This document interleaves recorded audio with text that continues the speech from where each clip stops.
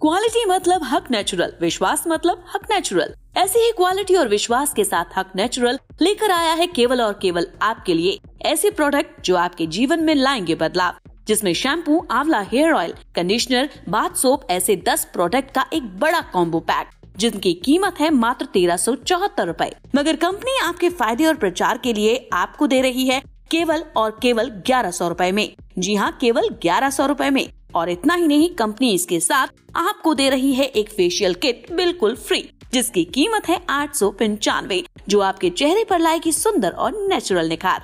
तो आज ही ऑर्डर करें और अपने हक के साथ हक से मांगे हक प्रोडक्ट। पूरे देश में कहीं चले जाइए, दुनिया में कहीं चले जाइए, कोई नहीं कह सकता कि ये बुद्धिस्ट भारत नहीं है। इसलिए वो लोग भूल गए कि ये बुद्धिस्ट भारत है, इसका कल्चर बुद्धिस्ट है, इसका जो संविधान है वो बुद्धिस्ट है, अशोक का जो संविधान है वो बुद्धिस्ट है, बुद्ध का जो संविधान है वो बुद्धिस्ट है, और हमारे संतों का जो संविधान है वो बुद्धिस्ट है। वो टुकड़ों में टूट गया, पर इसको याद कराने के लिए, इसको निकालने के लिए बाबा साहब आते हैं। और बाबा साहब जानते हैं कि हमारे लोगों का ज्ञान इतना नहीं है कि उनको मैं ये समझाऊं कि ये तुम्हारा भारत है, तुम्हारा बुद्धिस्ट भारत है, या तुम्हारा जो कल्चर है वो बुद्धिस्ट कल्चर है। इसलिए उन्होंने 22 प्रतिज्ञा के देके सीधा आदेश दिया कि आपने 22 प्रतिज्ञा मान के और भारत को फिर दोबारा से बौद्ध में बनाना है। बौद्ध में मतलब दीक्षित बनाना है, जागृत बनाना है, प्रबुद्ध बनाना है। समाज के जो बाबा साहेब से प्यार करते हैं, जो अपने बुजुर्गों की सांस्कृतिक विरासत को बचाना चाहते हैं, हम उन सब का आह्वान करते हैं, आप आइए और अपने समाज को, अपने बच्चों के भविष्य के लिए, क्योंकि गुलामी फिर से हमारी तरफ बढ़ रही है तेज़ी से। दोबारा बच्चे हमारे गुलाम ना बन जाए, क्योंकि पढ़ाई इतनी महंगी कर दी, हमसे फिर छिन जाए, हमारे बच्चे पढ़ नहीं पाएंगे भविष्य में। और रिजर्वेशन लगभग ख़त्म हो गया, नौकरियां हैं नहीं। तो एक तरीके से देखा जाए तो हमारे लोगों को फिर से गुलाम बनाने की जो साजिश है, हम उस साजिश को कामयाब नहीं होने देंगे। और उसको फेल करने का एक ही तरीका है कि हम लोग ऐसी संस्कृति को, ऐसी सभ्यता को, या ऐसे सामाजिक व्यवस्था को मजबूत क्यों करें जिसमें जाति पूछ के हमारी हत्या होती हो, जिसमें हमारे साथ जातिगत उत्पीड़न होता हो, जिसमें हमारे आगे बढ़ने का अवसर ना हो, जिसमें हमारे लिए कोई सम्मान ना हो, जिसमें हमारे स्वाभिमान पर बार बार हमले होते हों। तो ऐसी व्यवस्था को छोड़ के हम समता, स्वतंत्रता, बंधुता और न्याय पर आधारित, प्रज्ञा पर आधारित, सील पर आधारित व्यवस्था में वापस जाने का संकल्प हमने किया है। तो मैं तो आह्वान करता हूँ, आप लोग भी कवरेज करिएगा 5 अक्टूबर को अम्बेडकर भवन के प्रोग्राम में आके। वैसे पूरे देश में प्रोग्राम है, मुझे पता आप लोग भी लगभग सभी जगह कवर करेंगे, लेकिन मैं उसके लिए आपको आमंत्रित करता हूँ। और मैं निवेदन करूँगा कि हमारे सुधीर जी इस संदर्भ में अपनी बात रखेंगे। कोई धम्म के बारे में या किसी के बारे में कोई जानकारी, क्योंकि धम्म की जानकारी बाबा साहब के जाने के बाद में, 1956 के जाने के बाद में, नागपुर के लोगों से भी मैंने काफ़ी बात की। उन्होंने बताया कि हमारे यहाँ भिक्खु नहीं होता था। धम्म की जानकारी क्या है उनको पता ही नहीं, क्योंकि बाबा साहब असम में चले गए। इसलिए धम्म का सारा काम बहुत लंबा पीरियड में आ गया और समझ में नहीं आया कि धम्म कैसे बढ़ाना चाहिए, क्या करना चाहिए, क्या नहीं करना चाहिए। जागरूकता का बड़ा अभाव रहा। जहाँ जहाँ दीक्षाएँ होती रहीं, दीक्षाएँ चलती रहीं, दीक्षा का अर्थ भी नहीं जान पाए। दीक्षा का मतलब लोगों ने, जैसे दीक्षित होते हैं यूनिवर्सिटी के अंदर, दीक्षांत कार्यक्रम होते हैं, दीक्षा अंत कार्यक्रम, वैसा ही समझा। पर बुद्ध का शब्द दीक्षा नहीं है, दीक्षा शब्द है। तो अभी तक हम ओरिजिनल शब्द धम्म दीक्षा पे भी नहीं पहुँचे हैं। दीक्षा माने देखना, सीखना, जानना। भारत एक समय तक ऐसा था जब यहाँ लगभग सभी लोग दीक्षित थे, यानी देखना जानते थे। आप कह सकते हैं जागृत थे।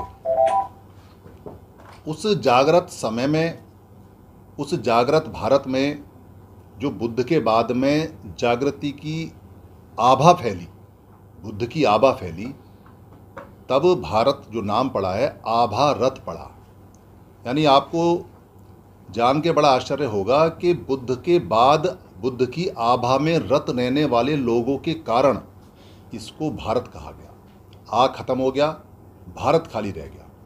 और अशोक के समय महाभारत था, क्योंकि अशोक के समय आपके पास भूटान था, नेपाल था, चीन का हिस्सा था, म्यांमार था, आज का पाकिस्तान था, अफ़गानिस्तान था, ईरान का हिस्सा था, उधर जो हमारा मंगोलिया उसका हिस्सा था, नेपाल, भूटान, ये सारे जो कंट्री थे, इतना बड़ा आभा रथ यानी बुद्ध की आभा में रत रहने वाला, जिसको महाभारत, और महाभारत का रचयिता हमारा सम्राट प्रियदर्शी अशोक। यहाँ का लगभग बच्चा बच्चा दीक्षित था। उस समय धम्मिक बोला करते थे, बौद्ध शब्द नहीं था, तो सारे धम्मिक थे, सारे दीक्षित थे और सब दीक्षा में रत रहते थे और जानते थे। तो भारत ऑफिशियली जो डिक्लेयर्ड कंट्री है वो बुद्धिस्ट कंट्री है। अगर आप पूरी दुनिया में जाएंगे और पूरी दुनिया में अगर भारत की आइडेंटिटी मानेंगे, पूछेंगे, तो भारत की जो आइडेंटिटी है वो बुद्ध से चलती है। बुद्ध के अलावा भारत की कोई पहचान नहीं है। जो भारत में चीज़ें अलग अलग चलती हैं उनकी कोई पहचान नहीं है। ये भारत के बाहर जाने वाले लोग जानते हैं, मगर जिनको भारत से बाहर जाने का मौका नहीं मिला वो इसको नहीं जानते हैं। ये जो हमारा सिस्टम और हमारी कल्चर है ये ऑफिशियली डिक्लेयर्ड है, जो बुद्ध अशोक ने सारे पत्रों पे लिखवाई कि भारत में बुद्ध के जनित और पुराने समण संघ के जनित कार्यक्रम पत्रों पे लिखे जाएंगे, वही चलेंगे, वही संविधान था। पत्रों पे लिखा हुआ पहला समता का विधान संविधान। ये बाद में विसंविधान बने हैं। संविधान समता का विधान तभी रहा है। उस समय अशोक के समय जो डिक्लेरेशन हुआ कि ये बुद्धिस्ट कंट्री है और इसका संविधान बुद्धिस्ट जो कल्चर उस पर आधारित है, समता पे आधारित है, वही बाबा साहब ने उठाया संविधान यानी समता का विधान। तब से लेके आज तक इस देश का डिक्लेरेशन किसी और नाम से नहीं हुआ है। आप हिस्ट्री उठा लीजिए, अगर आप हिस्ट्री के जानकार हैं, पूरे देश में कहीं चले जाइए, दुनिया में कहीं चले जाइए, कोई नहीं कह सकता कि ये बुद्धिस्ट भारत नहीं है। इसलिए वो लोग भूल गए कि ये बुद्धिस्ट भारत है, इसका कल्चर बुद्धिस्ट है, इसका जो संविधान है वो बुद्धिस्ट है, अशोक का जो संविधान है वो बुद्धिस्ट है, बुद्ध का जो संविधान है वो बुद्धिस्ट है, और हमारे संतों का जो संविधान है वो बुद्धिस्ट है। वो टुकड़ों में टूट गया।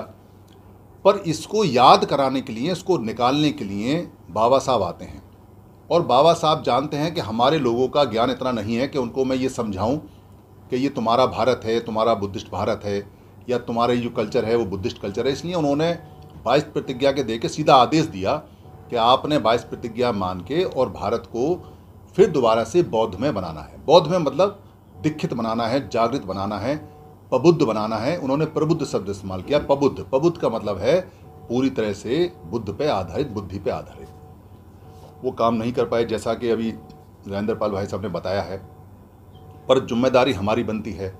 ये जिम्मेदारी कुछ जगह पूरी हुई, पर इसकी जानकारी आधी अधूरी रही। इसलिए इस जानकारी के अभाव में हम किसी को, सबको ये नहीं बता पाए ये आज भी बुद्धिस्ट भारत है, आज भी धम्मिक भारत है, इसका कल्चर और इसका संविधान वही है। तो बुद्धिस्ट भारत से कोई और भारत बनाना चाहे तो बुद्धिस्ट भारत को ख़त्म करना पड़ेगा, तो बना सकता है। और डिक्लेरेशन करना पूरे वर्ल्ड में इतना आसान नहीं है, क्योंकि भारत का जो आइडेंटिटी है वो बुद्ध से जानी जाती है और कहीं नहीं जानी जाती।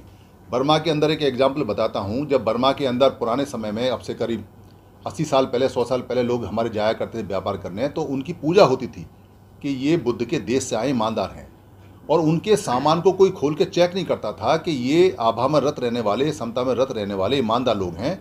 जितना वजन सामान का बोल रहे हैं उतना सामान ही है, कोई तोलता नहीं था।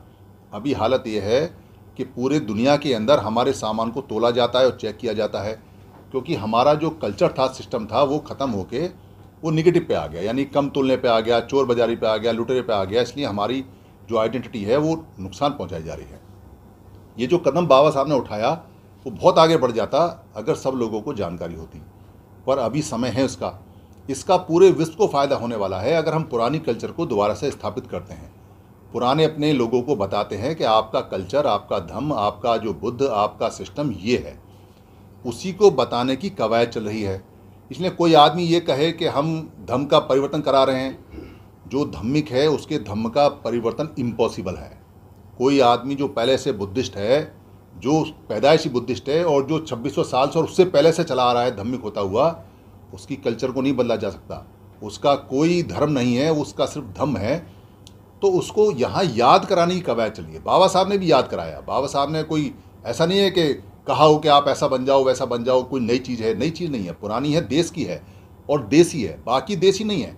बाकी सारी कल्चर बाहर से आयात की हुई हैं, इम्पोर्टेड कल्चर हैं, पर ये जो कल्चर है ये देसी कल्चर है। और इस देसी कल्चर की इतनी खास बात है कि इस देसी कल्चर को पूरी दुनिया ने अपनाया है। चीन का तो नाम ही इसके ऊपर पड़ा हुआ है। चीन को बोलते हैं चाइना, और चाइना बना हुआ है झान से, उसको झान बोला करते हैं। तो झान को पाली में बोलते हैं ध्यान, जहाँ ध्यान लगाते हैं उसको झान बोलते हैं। झान से चांद पड़ा है, चांद से चीन पड़ा हुआ है। तो पूरा का पूरा आभा रथ है और एक एक शब्द पाली का चलता है और एक एक शब्द बुद्ध का चलता है। हिंदी तो 80% पाली ही है, वही बुद्ध के वचन चलते हैं सारे और एक एक शब्द वहीं मारक है। इसलिए नागपुर के अंदर बड़ी दीक्षा होने वाली है। मैं नागपुर में रहूँगा, आप लोग यहाँ दिल्ली में, क्योंकि यहाँ एक बड़ी दीक्षा होने वाली है, यहाँ रहेंगे। गुजरात के अंदर भी बताया कि वहाँ 10,000 का रजिस्ट्रेशन हो चुका है, वो दीक्षा रहेगी। तो ये दिखाने का काम, समझाने का काम पूरे देश में है और आप लोग इसको इसी तरह से अगर करेंगे तो ये हो जाएगा।